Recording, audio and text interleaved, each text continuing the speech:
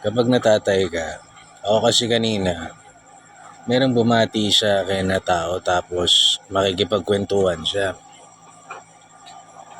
So nakasandal ako rito sa kotse ko. Yan.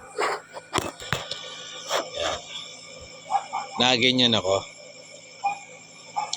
Hindi ako makalapit ngayon. Uy, ikaw ka lang. Uy! Uy, ikaw ka. Basta ka. Tapos lumapit siya. Ngayon syempre parang habang papalapit siya, medyo yung mukha niya sumasama kasi akala niya siguro ano ba naman to, gusto makipagsigawan no? Ayaw man lang ako lapitan, makikipag tututang dila lang ako sandali. So, hindi niya alam. Kala niya nagre-relax lang ako, nakasandal ako sa kotse kung ganyan.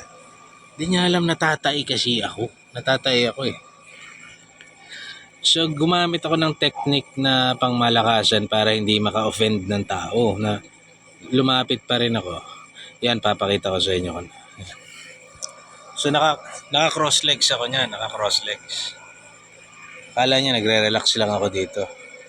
Kailangan yan, ganito cross legs, one leg over the other. Tapos nakasandal kang ganyan. One leg over the other. One leg over the other. Ganun lang yan. Paekis. Paekis. Uy, pare. What's up? Paekis-ekis ka lang habang nakasandal ka rito. Simple ka lang para mukha ka lang relax. Uy. Oh, kamusta ka? Anong balita sa'yo? May trabaho ka ngayon? Saan ka? Sige, pagka nagka-budget ako, ano tayo ha? Tawagin kita. Sige, ingat. Ganon. Tapos babalik ka na sa posisyon mo, natural position. Para mukha kang chillax, you just turn around and, ay, umatras yung sasakyan. Di pala naka-handbrake. Nakasandal ka. Pa-ekis din ulit. Sabay turn around.